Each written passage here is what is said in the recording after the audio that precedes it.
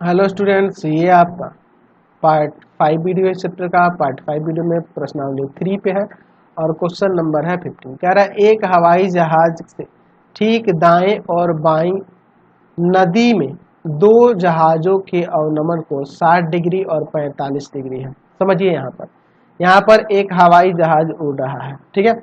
और नीचे हम लोग मान लेते हैं यहाँ पर यह नदी का तल है, यह नदी का तल है और इस नदी के तल पर देख लीजिए इस जहाज के जो ऊपर जो हवाई जहाज है उड़ा है, इसके दाएं ओर और एक बाएं ओर दो जहाज है, पानी वाले दो जहाज है। एक यहाँ पे है, एक यहाँ पे है। मान लेते हैं यह ए बिंदु और यह बी बिंदु।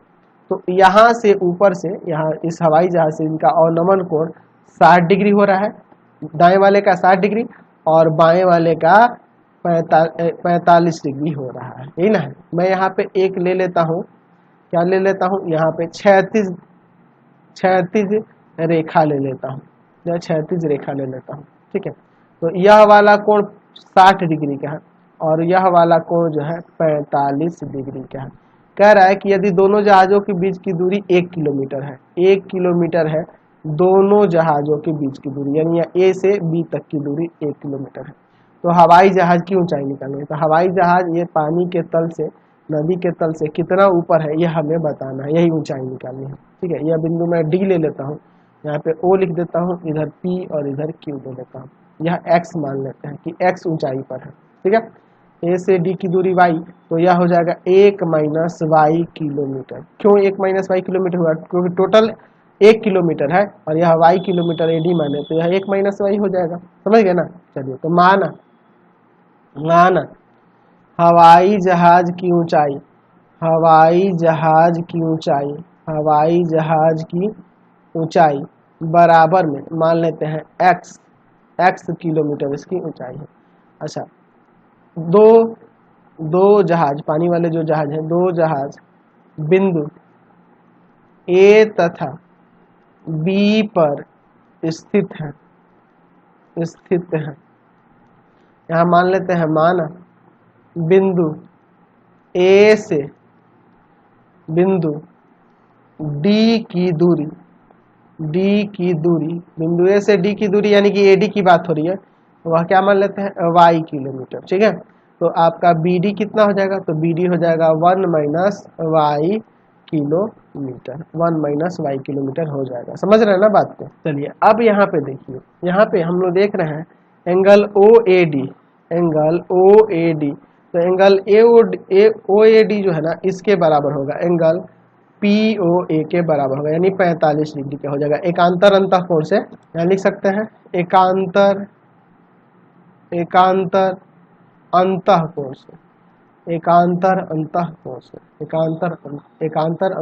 से। अच्छा, दूसरा उसी तरह से एंगल ओ बी डी यह वाला कोण बराबर हो जाएगा एंगल क्यू ओ बी के। कैसे? 60 डिग्री के। ये भी एकांतर अंतःकोण से ही ये भी हो जाएगा। तो ये 60 डिग्री हो गया और यह वाला 45 डिग्री हो गया। अब चलिए इसको सॉल्व करते हैं, हमें ऊंचाई निकालनी है। मैं एक काम करता हूँ, पहले चलता हूँ त्रिभुज ओ ए डी में। आपको पता है करना क्या है, यहाँ tan थीटा का फॉर्मूला निकालना है, लंब बटा में आधार। समझ रहे ना? चलिए, तो ओ ए डी में चलेंगे tan 45 डिग्री यह एंगल, तो आपका ओ डी हो जाएगा लंब और आधार हो जाएगा ए डी। tan 45 का वैल्यू कितना होता है? नीचे ही लिखे क्या? चलिए यहाँ नीचे लिखते हैं। tan 45 का वैल्यू 1 और बराबर में ओ डी आपका x है और ए डी आपका y है, यानी कि यहाँ से x y के बराबर हो जाएगा। अब चलते हैं दूसरे वाले त्रिभुज में, त्रिभुज ओ बी डी में, ठीक है। ओ बी डी में यहाँ से हम लोग ले सकते हैं tan 60, यह 60 डिग्री लेंगे तो हो जाएगा ओ डी बटा में डी बी। tan 60 का वैल्यू √3, ओ डी का वैल्यू है x और डी बी का वैल्यू है 1 माइनस वाई। वाई का वैल्यू रख देते हैं, तो वाई एक्स के बराबर है ना जी। चलिए, तो √3 बराबर में x बटा 1 माइनस एक्स। क्यों? क्योंकि x जो है y के बराबर है, इसलिए। चलिए, समझ गए। अब देखिए, एक काम करते हैं, यहाँ पर मैं नीचे कुछ नहीं तो 1 दे देता हूँ, क्रॉस मल्टीप्लाई करता हूँ, x बराबर में हो जाएगा √3 माइनस का √3x, इसको इधर लाते हैं तो प्लस का हो जाएगा। चलिए तो √3x प्लस x और बराबर में √3, यहाँ से √3 प्लस 1 इंटू में x बराबर में √3, इसको ले जाएंगे यहाँ से डिवाइड में, तो क्या हो जाएगा यहाँ से x बराबर में हो जाएगा √3 बटा में √3 प्लस 1, इसका परिमेयकरण कर दो, √3 माइनस 1 से ऊपर भी गुना और नीचे भी, हर का परिमेयकरण कर दिए। √3 में √3 से गुना होगा 3 होगा, और √3 में 1 से गुना होगा तो √3 बटा में, नीचे प्लस माइनस में है तो हो जाएगा √3 का स्क्वायर माइनस 1 का स्क्वायर। यहाँ से x बराबर में 3 माइनस √3, 3 माइनस √3 और बटा में √3 का स्क्वायर 3, 3 में से गया 2, यह आपकी क्या आ गई, यह आपकी हवाई जहाज की ऊंचाई आ गई। अतः हवाई जहाज की ऊंचाई, हवाई जहाज की ऊंचाई, हवाई जहाज की ऊंचाई जो है, हवाई जहाज की ऊंचाई वह क्या हो जाएगा 3 माइनस √3 बटा 2 मीटर। समझ गए। चलते हैं अगले क्वेश्चन पे। चलिए अगला क्वेश्चन देखिए, क्वेश्चन नंबर 6। ठीक है, कह रहा है 16 है, 16 का 1 नंबर। दो व्यक्ति एक मीनार से विपरीत दिशा में है। ठीक है, समझिए यहाँ पे यह मान लेते हैं कि ये धरती का तल है और इस तल पर यहाँ कहीं मीनार है, यह एक मीनार है।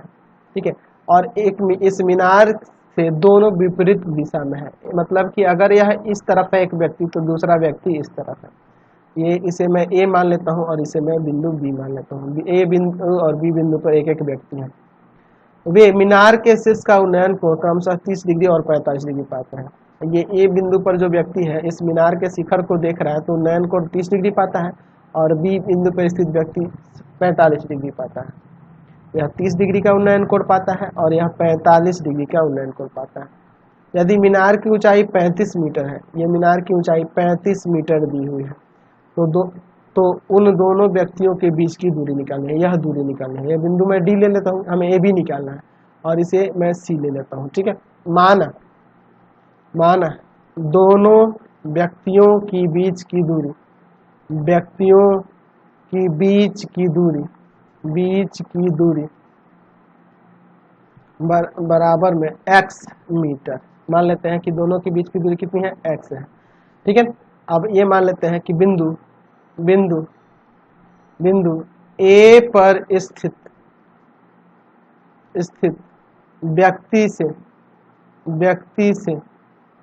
व्यक्ति से मीनार के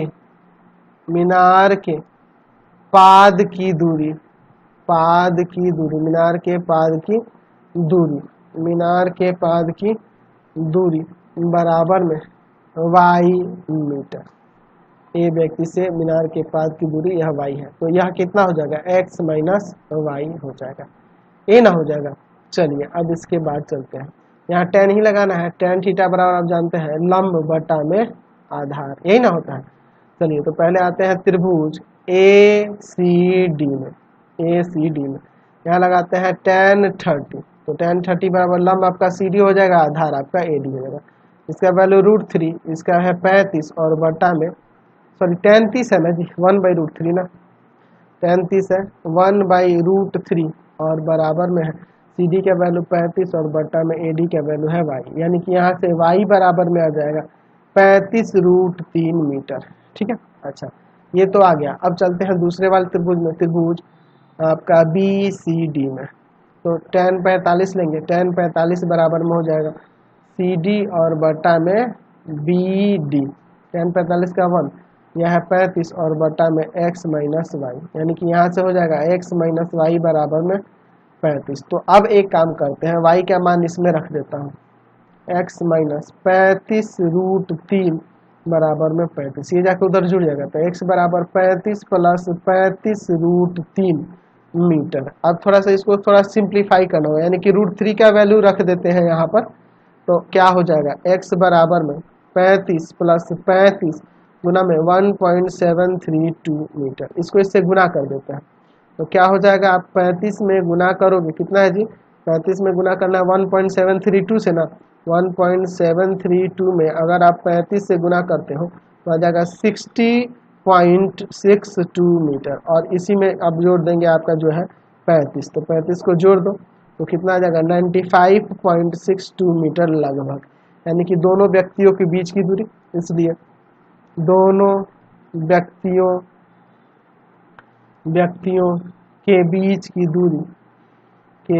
की दूरी बराबर में 95.62 मीटर लगभग में ही आपका आंसर हो जाएगा। समझ गए।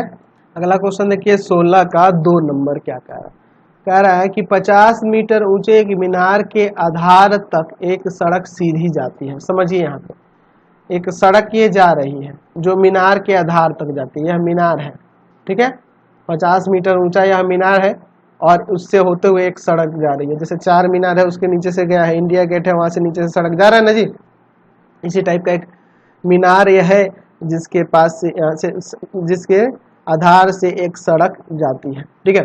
तो मीनार की चोटी से सड़क पर एक ही सीध में खड़ी 2 कारों के अवनमन कोण 60 डिग्री और 30 डिग्री है।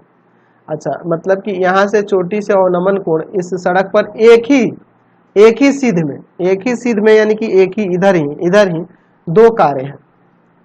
एक मान लेते हैं कार यहाँ है और दूसरी कार यहाँ है, बिंदु ए पर एक कार है और एक बिंदु बी पर कार है, और ऊपर से इसका अवनमन कोण यहाँ बन रहा है और फिर उसी तरह से बी पर भी उसका अवनमन कोण वहां से बन रहा है, दोनों पे बन रहा है अवनमन कोण। तो यहाँ पे हमें एक क्षैतिज लेना होगा, डॉटेड इसको कर देंगे। चलिए ये आपका क्षैतिज हो गया, क्षैतिज रेखा में। तो यह वाला कोण कितना है, यह वाला कोण 30 डिग्री का है और यह पूरा यह बड़ा वाला कोण जो है आपका कितना डिग्री का है, 60 डिग्री का। यहाँ 60 डिग्री का कोण बनता है और यहाँ पे ये 30, ये आपको पता है ना कोण बराबर होंगे। चलिए आगे लिखा जाएगा बाद में। चलिए इतना समझ में आ गया। इसका नाम मैं सी दे देता हूँ और यहाँ डी दे देता हूँ और यहाँ पर पी बिंदु दे देता हूँ। तो क्या कह रहा है, दोनों कारों के बीच की दूरी यह निकालनी है। माना दोनों कारों के बीच की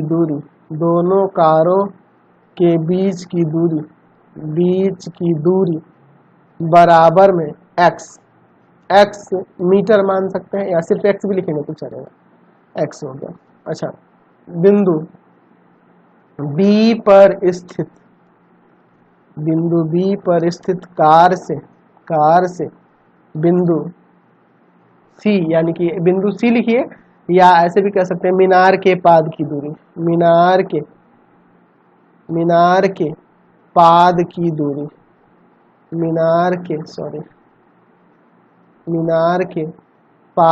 की दूरी बराबर में, यानी कितना मान लेते हैं, y मान लेते हैं, ठीक है। यहाँ से यहाँ तक y है, समझ गए ना। अब समझिए यहाँ पे हम लिख सकते हैं कि एंगल DAB यानी यह वाला कोण बराबर हो जाएगा एंगल किसके, तो एंगल ये आपका हो जाएगा PDA के, यानी 30 डिग्री हो जाएगा एकांतर अंतःकोण से। उसी तरह से दूसरा एंगल जो है एंगल DBC बराबर हो जाएगा एंगल PDB के 60 डिग्री, ये भी आपका एकांतर अंतःकोण से ही होगा, ठीक है। अब चलिए यहाँ पे हमें tan थीटा लेना होगा। tan थीटा बराबर वही होता है लंब और बटा में आधार। समझ लो ये 30 है तो ये 30 हमने दिखा दिया और ये 60 है तो यह 60 आपका हो गया। चलिए एक एक करके चलते हैं। पहले छोटे वाले त्रिभुज में चलते हैं DBC में, ठीक है। tan 60 बराबर में हो जाएगा लंब DC और आधार आपका BC। तो tan 60 का वैल्यू √3 और DC आपका है 50 और यह है y। तो यहाँ से y बराबर में आ जाएगा 50 बचा में √3 मीटर, ठीक है। अब चलते हैं हम लोग दूसरे वाले त्रिभुज में, त्रिभुज DAC में। tan 30 बराबर में हो जाएगा लंब बटा आधार, यानी कि DC और बटा में AC, BC बटा AC। 1/√3 DC का वैल्यू 50 और AC का वैल्यू जो है x प्लस वाई हो जाएगा, टोटल x प्लस वाई ना होगा। तो यहाँ से x प्लस वाई बराबर में हो जाएगा 50√3, ये जाके उधर गुना कर देगा। y का वैल्यू मैं यहाँ 50 बटा में √3 रखता हूँ, y का वैल्यू यहाँ पर रख देता हूँ 50 बटा में √3, क्योंकि हमें सिर्फ x के मान से मतलब बराबर में 50√3। इसको ले जाके उधर घटाएंगे तो x बराबर में हो जाएगा 50√3 और माइनस का 50/√3। तो x बराबर में हो जाएगा, एलसीएम लेंगे √3, इसमें जाके गुना करेगा तो 150 आ जाएगा। √3 में √3 से गुना 3, 50 3 150 माइनस 50, यानी कि यहाँ से आ जाएगा x बराबर में 100/√3। चलिए इसका परिमेयकरण कर दो, √3 से ऊपर भी और नीचे भी, यानी कि 100√3 और बटा में 3। चलिए तो इसको थोड़ा सॉल्व कर देंगे तो यहाँ आपका क्या हो जाएगा, यहाँ हो जाएगा आपका 100 गुना में 1.732 और बटा में 3। चलिए इतना मीटर, तो 100 में गुना कर देते हैं 1.732 से, तो आ जाएगा 173.2 बटा में 3, 173.2 और भाग में 3, तो भाग कर देंगे तो कितना आएगा 57.73 मीटर, यह लगभग में आएगा। यानी हम लिख सकते हैं, इसलिए दोनों कारों के बीच की दूरी, दोनों कारों के बीच की दूरी बीच की दूरी बराबर में 57.7, एक अंक तक भी ले सकते हैं, कोई दिक्कत नहीं है इससे, ठीक है। एक अंक भी लेंगे तो कोई प्रॉब्लम इससे नहीं है, समझ गए। चलिए अगला क्वेश्चन देखते हैं 17 का 1 नंबर। एक घर पर सीढ़ी लगी हुई है और सीढ़ी के सिरे का उन्नयन कोण 30 डिग्री है, ठीक है। चलिए अब समझिए यहाँ पर, और सीढ़ी पलट दी जाती है जिससे वह गली के दूसरी किनारे की एक घर से लग जाती है। समझिए ये आपका गली का चौड़ाई हो गया, ठीक है, और इसमें मकान बने हुए, तो मान लेते हैं जहाँ सीढ़ी हम लोग लगा रहे हैं वहाँ के मकान एक इधर है, एक मकान इधर है, ठीक है, और एक मकान जो है इधर है, ठीक है, एक मकान जो है इधर है, ठीक है, एक मकान इधर है। चलिए अब समझिए यहाँ पर इस पर स्थित कोई बिंदु है, इस तल पर स्थित, यानी इस गली में कहीं पे एक बिंदु है जहाँ पे सीढ़ी को टिकाया जाता है दीवार से, ठीक है। चलिए तो सीढ़ी यहाँ से लगाई जाती है, मान लेते हैं, ठीक है।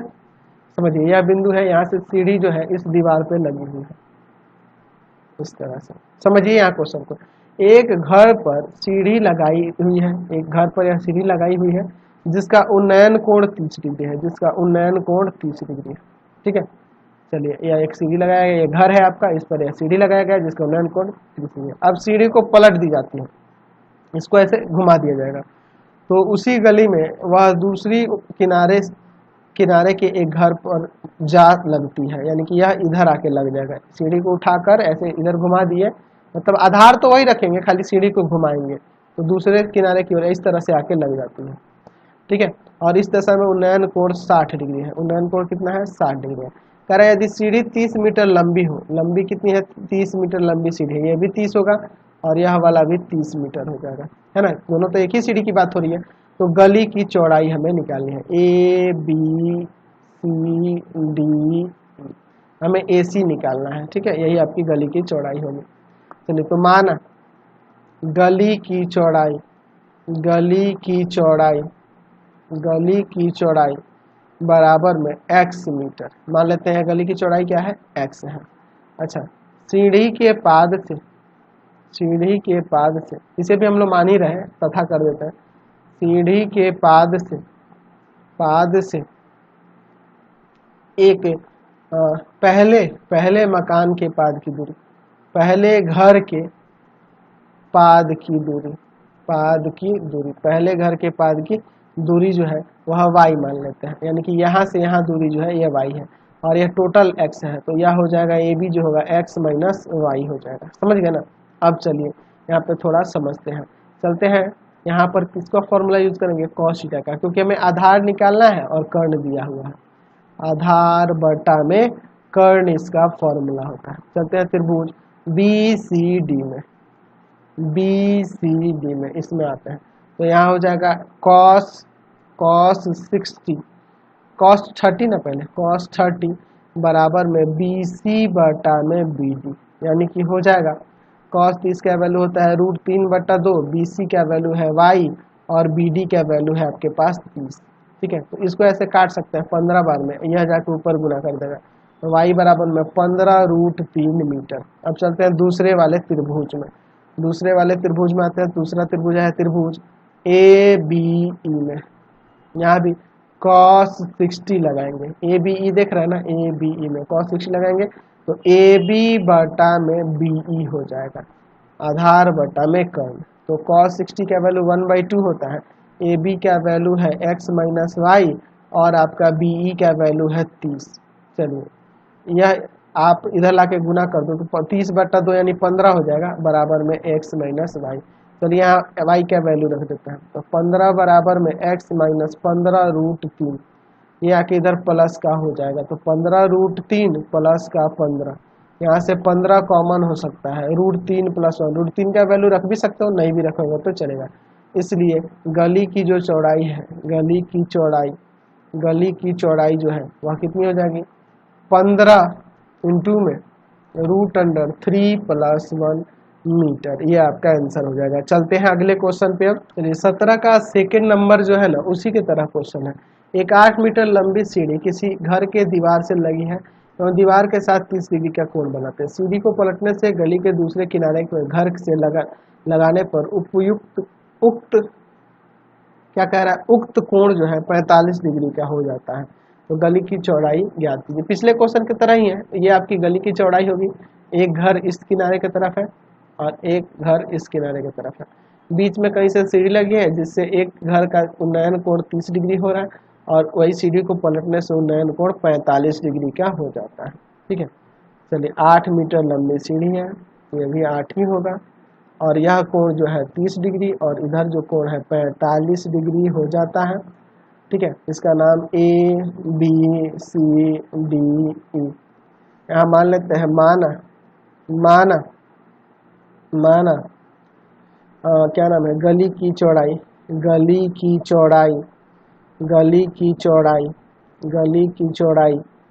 x है ना, गली की चौड़ाई क्या है, x है, टोटल चौड़ाई x है। अच्छा क्या कह सकते हैं, यह आपका एक घर है, घर ई ए के पाद बिंदु कौन है, ए से पाद बिंदु से सीढ़ी के पाद बिंदु की दूरी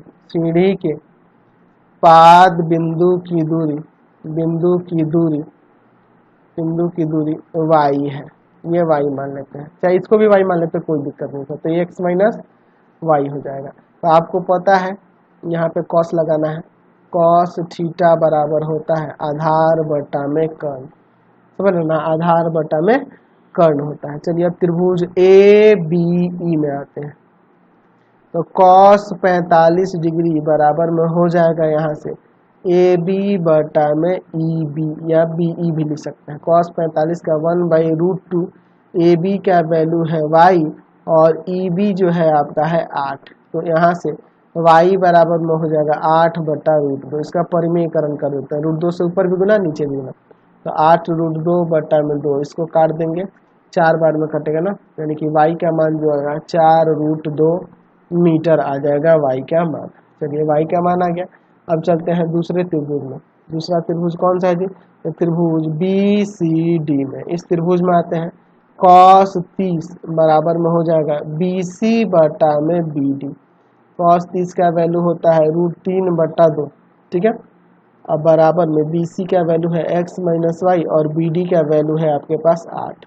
ये जाके उधर गुना करेगा, तो यहाँ से हम लिख सकते हैं x माइनस वाई बराबर में, या इधर गुना कर जाएगा 8√3/2, इसको काट सकते हैं 4 बार में, ठीक है। तो x माइनस वाई की जगह पे वो रख देते हैं 4√2 और माइनस बराबर में है 4√3, इधर जाके ये प्लस का आ जाएगा 4√3 और प्लस में 4√2। चलिए अब यहाँ इसको सॉल्व कर देते हैं। तो यहाँ से आप चाहो तो 4 कॉमन कर सकते हो, ठीक है, 4 कॉमन करोगे तो √3 और प्लस में √2 मीटर। अच्छा √2 और √3 का वैल्यू भी रख सकते हैं, तो x बराबर हो जाएगा, यहाँ से कितना हो जाएगा x बराबर, तो √3 का वैल्यू 1.732 और √2 का 1.41 यही ले लेते हैं, ठीक है, मीटर। ठीक है, अब जोड़ के इसमें 4 से गुना कर देते, तो कितना हो जाएगा ये आपका 4 और गुना में इन दोनों को जोड़ देना है, 1.41 है और प्लस कर देना है 1.732 को, तो इंटू हो जाएगा 3, कितना जाएगा 3.142, ठीक है, मीटर। अब इसमें इंटू कर देते हैं, हमारा कितना है 4 से, इसमें 4 से इंटू करेंगे तो 12.568 मीटर लगभग में आ जाएगा। इसलिए गली की जो चौड़ाई होगी, गली की चौड़ाई वह लगभग कितनी आ जाएगी, 12.568 मीटर, इतना आ जाएगा। समझ गए? तो इस वीडियो में इतना ही रहने देते हैं। आपको क्या करना होंगे, हमारे 3 चैनल सब्सक्राइब करने होंगे। पहला है path finder classes Chhapra, path finder classes Chhapra, path finder classes Chhapra, Bharti Bhawan. दूसरा है भारती भवन, भारती भवन रविकांत सर, रविकांत सर। और तीसरा चैनल है रविकांत सर के नाम से, रविकांत सर के नाम से। तीनों चैनल को सब्सक्राइब करेंगे और इससे रिलेटेड वीडियो के लिए सीधे डिस्क्रिप्शन में जाएंगे और इससे संबंधित नोट्स के लिए www.ravikantsir.in पर जाएंगे और यहाँ से आप सभी क्लासेस के नोट्स को डाउनलोड कर सकते हैं। Thanks for watching the video.